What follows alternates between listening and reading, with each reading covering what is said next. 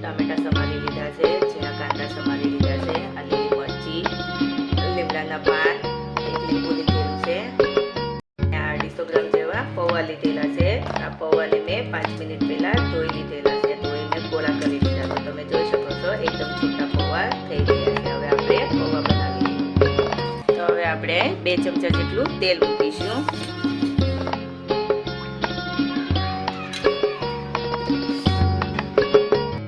તેલ ગરમ થઈ ગયું છે. તેમાં 1 ચમચી જેટલી રાઈ એડ કરીશું.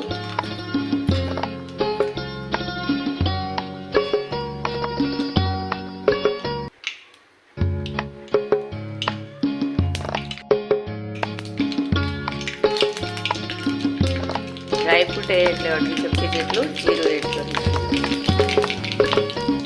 6 થી 7 જેટલા લીમડાના પાન એડ કરીશું. લીલી મરચી એડ કરીશું.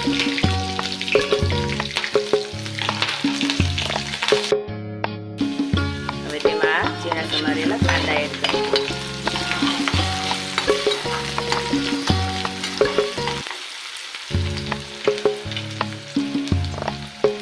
કાંદા સતવાઈ ગયા છે. હવે તેમાં ટામેટા એડ કરીશું.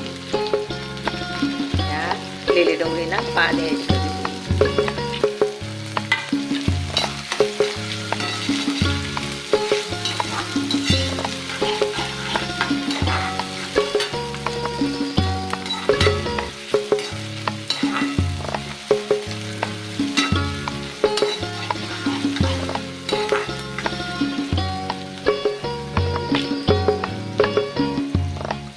થોડી વાર ચડવા દઈએ, પછી આપણે તેમાં મસાલા કરી લઈએ.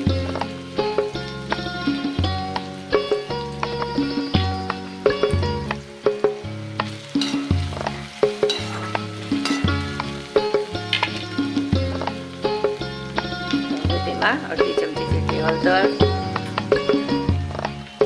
અને 1/2 ચમચી જેટલું ધાણા જીરું,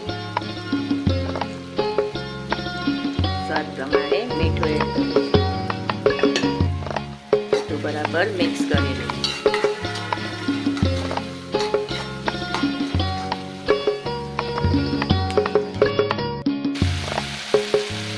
1 ચમચી જેટલું પાણી એડ કરીએ.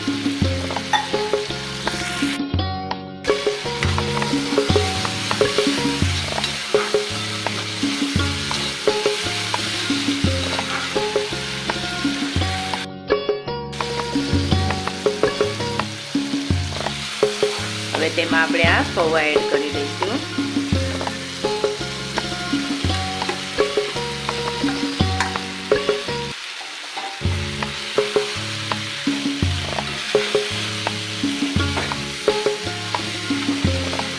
બધું બરાબર મિક્સ કરી લઈએ.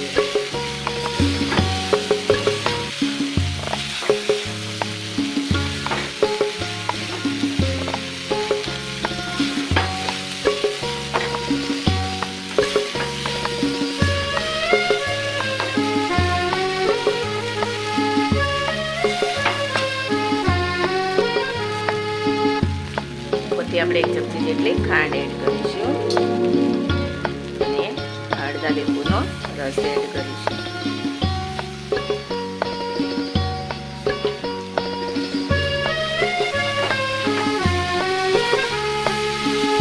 મિક્સ કરી લઈએ.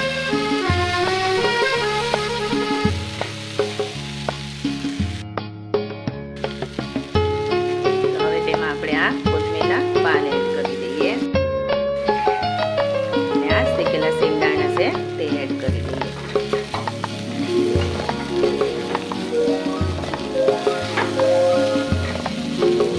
આપણા પૌવા તૈયાર થઈ ગયા છે. હવે તેને આપણે બાઉલમાં લઈ લઈએ.